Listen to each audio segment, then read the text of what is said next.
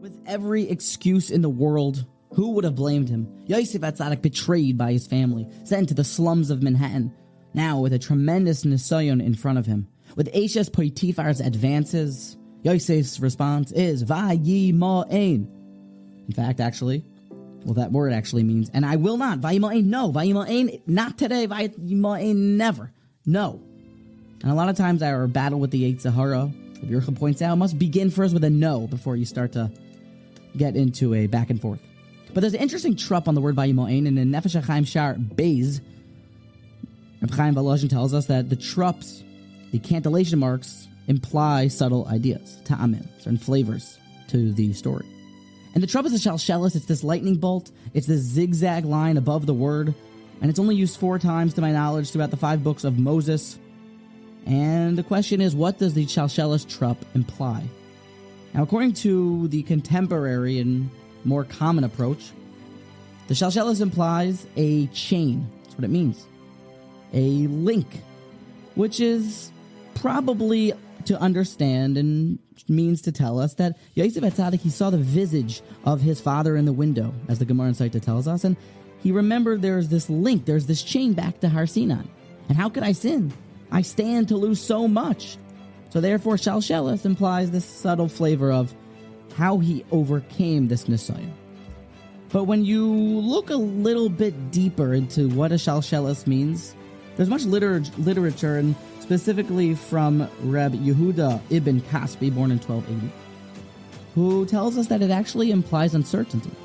A Shalsheles means, I don't know, I'm not sure.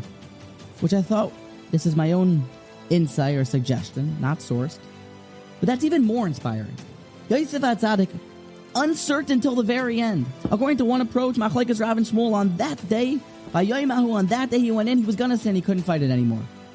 And this trope implies the same thing. He wasn't sure. He was just worn out. Vayima'en has a different flavor now. He's not sure. Should he sin? Vayonos vayotzei achutza, and he still runs out. Even till the last moment, until the sword is on your throat, until, God forbid, a sin's about to take place, still, you can still run away, even if you've been unsure, and it's almost the time of the sin. No.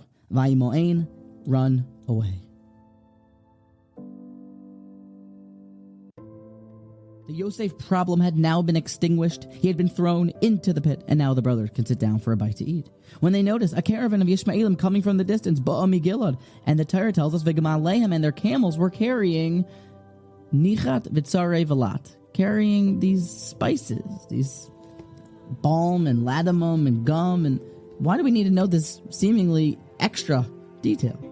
Rashi picks up on it, and Rashi tells us, this is to tell you, Lama Pirsum HaKosov, to tell you that this is the Matan Scharan Shel Tzadikim, this is the reward for the righteous. She'ein Darcha, this is not normal that the Yishmaelim are carrying these good-smelling spices. They normally carry tar and things that don't smell very good, that smell bad.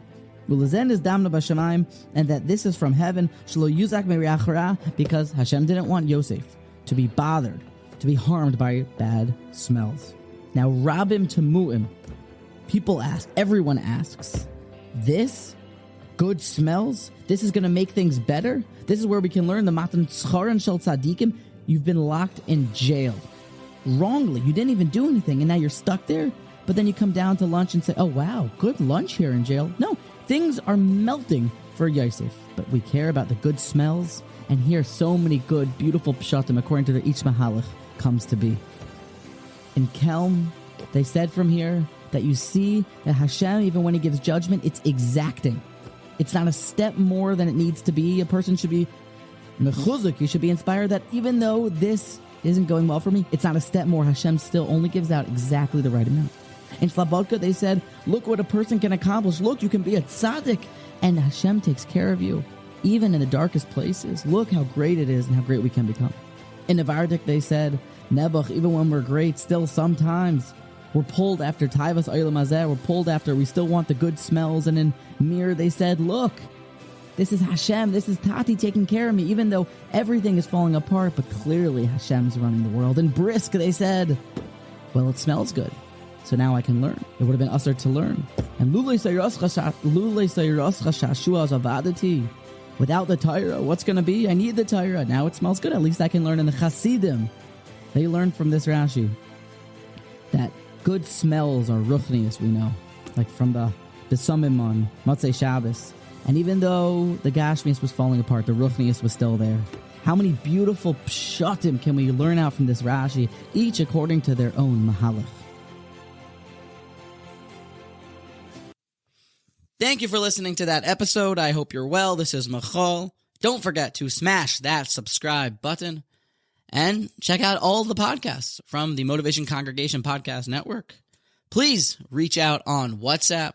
Let's talk. Let's fight about these varts. Let's grow and steig together. And if you would be so kind as to like and even write a review for the podcast, that also helps grow the platform and reach more people. And I guess if you want to be less kind, you can leave a bad review. I guess that works too.